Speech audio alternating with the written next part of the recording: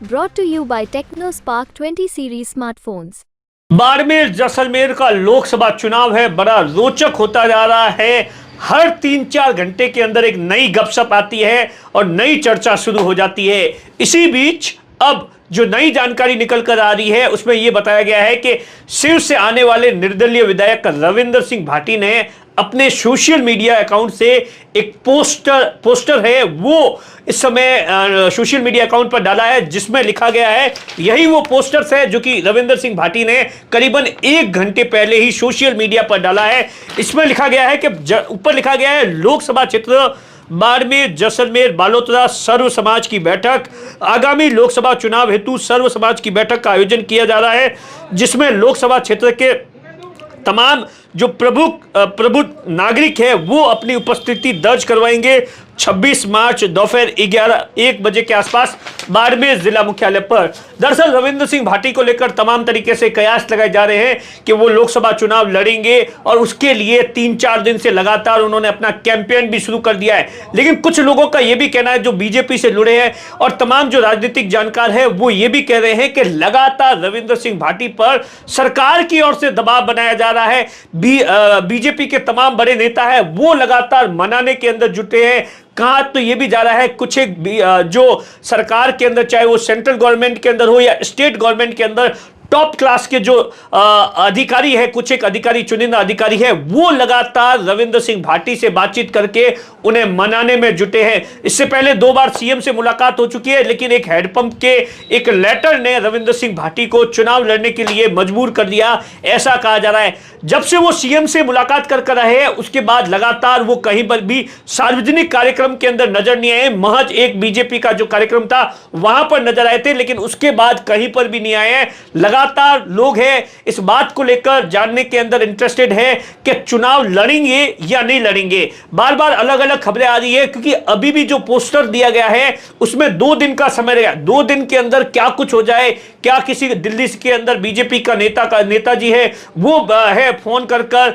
रविंद्र सिंह भाटी को मना सकते हैं, तो ये तमाम तरीके से कयास है। और दूसरी तरफ आप देखिए बीजेपी के लिए बाड़मेर जैसलमेर के अंदर लगातार मुश्किलें हैं वो बढ़ती जा रही। एक तरफ तो रविंद्र सिंह भाटी मोर्चा खोले हुए हैं जो कि शिव से बीजेपी के बागी विधायक है, बीजेपी को बड़ा डेंट दिया था। दूसरी तरफ आप देखिए कल रात को हनुमान बेनीवाल और कांग्रेस का गठबंधन हो गया है। ये अपने आप में बीजेपी के लिए बाड़मेर जैसलमेर के इलाके के लिए एक बड़ा आप देखिए झटका है। झटका किस लिए, आप देखिए 6,25,000 के आसपास कांग्रेस को विधानसभा चुनाव के अंदर वोट मिले थे, वहीं हनुमान बेनीवाल की पार्टी को 1 लाख प्लस वोट मिले थे।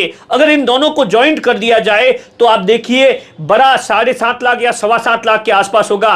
तो ये एक अपने आप में बीजेपी के लिए बड़ा झटका है। कहा जा रहा है कि हनुमान बेनीवाल है वो अपने जो साथी है जो आरएलपी छोड़कर गए थे, उमेदवार राम बेनीवाल है, उनके लिए प्रचार भी कर सकते हैं, ऐसा भी कहा जा रहा है। रविंद्र सिंह भाटी को लेकर आप देखिए बीजेपी ने कल ही जयपुर के अंदर जो बीजेपी के प्रदेश अध्यक्ष है सीपी जोशी है, उनकी उपस्थिति में जो चंद्रभान सिंह आक्या है या उस इलाके के बीजेपी के जो जिन कार्यकर्ताओं को बीजेपी ने 6 साल के लिए निष्कासित कर दिया था, उन्हें वापस पार्टी के अंदर ज्वाइन करवा दिया। उसके अलावा 4 और एमएलए थे, कुल मिलाकर 4 जो बीजेपी के बागी विधायक थे, उन्होंने सरकार को समर्थन दे दिया है। लेकिन रविंद्र सिंह भाटी को लेकर, डॉक्टर प्रियंका चौधरी को लेकर आप देखिए, डॉक्टर प्रियंका चौधरी बाड़मेर जैसलमेर से बीजेपी से बागी लड़कर चुनाव लड़ा था और यहां पर बीजेपी की जमानत जब्त हो गई थी। उनसे कोई भी किसी भी तरीके की कोई बातचीत को लेकर अभी तक कोई अपडेट सामने नहीं आया है। हालांकि रविंद्र सिंह भाटी को मनाने के लिए लगातार ऊपर से लेकर नीचे जो तमाम बीजेपी के कार्यकर्ता है, कैलाश चौधरी है, यहां तक भी कहा जा रहा है कि कैलाश चौधरी के जो फैमिली मेंबर्स थे वो रविंद्र सिंह भाटी के पिताजी है उनको मनाने के लिए गए थे, लेकिन कुछ भी सफलता हासिल नहीं हुई है। अब जो जानकारी है उसमें यह बताया गया है 3 दिन से रविंद्र सिंह भाटी है, क्योंकि आप देखिए लोकसभा विधानसभा का चुनाव थोड़ा छोटा था, शिव के अंदर महज 3 लाख वोट थे, लेकिन आप देखिए बाड़मेर जैसलमेर का लोकसभा का चुनाव है, 22 लाख मतदाता है, 22 लाख मतदाता आप सोचिए, और 8 विधानसभा क्षेत्र है, 8 विधानसभा क्षेत्र है, दूर दराज का इलाका है, गांव ढाणी, और वहां पर आपको एक ऐसे संगठन से टक्कर लेनी है, चाहे वो बीजेपी हो जो कि सबसे इस समय की मजबूत पार्टी है, जिसका गांव गांव ढाणी के अंदर हर बूथ पर कोई ना कोई कार्यकर्ता है, कांग्रेस का भी यहां पर कार्यकर्ता है। ऐसे दोनों पार्टियों से आपको टक्कर लेनी है तो एक बड़ी प्लानिंग चाहिए, और उसी को प्लानिंग को बनाने के लिए ऐसा बताया जाता है भाटी है वो लगातार 3-4 दिन से उनकी जो टीम है वो डेटा इकट्ठा कर रही है, कौन सी विधानसभा के अंदर कांग्रेस की क्या कमजोरी है, बीजेपी की क्या कमजोरी है, किस तरीके से काउंटर किया जाए, किस तरीके से अटैक किया जाए कि ताकि माहौल बन जाए।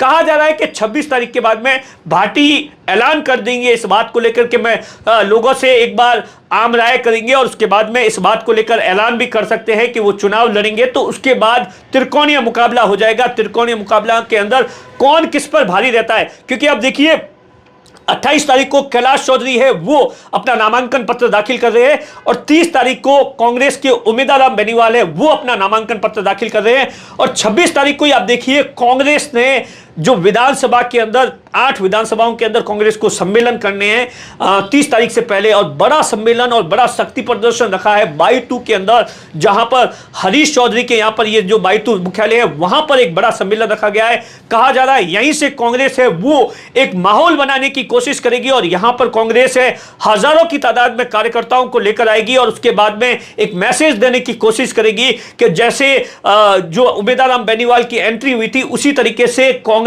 है वो पूरी तरीके से एकजुट है, और इस समय बाड़मेर जैसलमेर का लोकसभा का जो माहौल है वो कांग्रेस के पक्ष में है। उसके बाद में 8 विधानसभाओं में कांग्रेस है वो सम्मेलन करेगी। कैलाश चौधरी भी लगातार एक एक विधानसभा में जाकर सम्मेलन कर रहे हैं। वहीं तीसरी तरफ रविंद्र सिंह भाटी है वो अपनी रणनीति तैयार करें। कुल मिलाकर अभी तक पत्ते कुछ भी साफ नहीं है। रविंद्र सिंह भाटी पर सबकी निगाह है, बीजेपी की निगाह है, कांग्रेस की निगाह है। ऐसा नहीं है कि वो सिर्फ बीजेपी का ही वोट बैंक खराब करेंगे, कांग्रेस का भी मोटा वोट बैंक है। रविंद्र सिंह भाटी अगर चुनाव लड़ते हैं तो खराब हो जाएगा, और समीकरण है वो उथल पुथल हो सकते हैं। नमस्कार साथियों।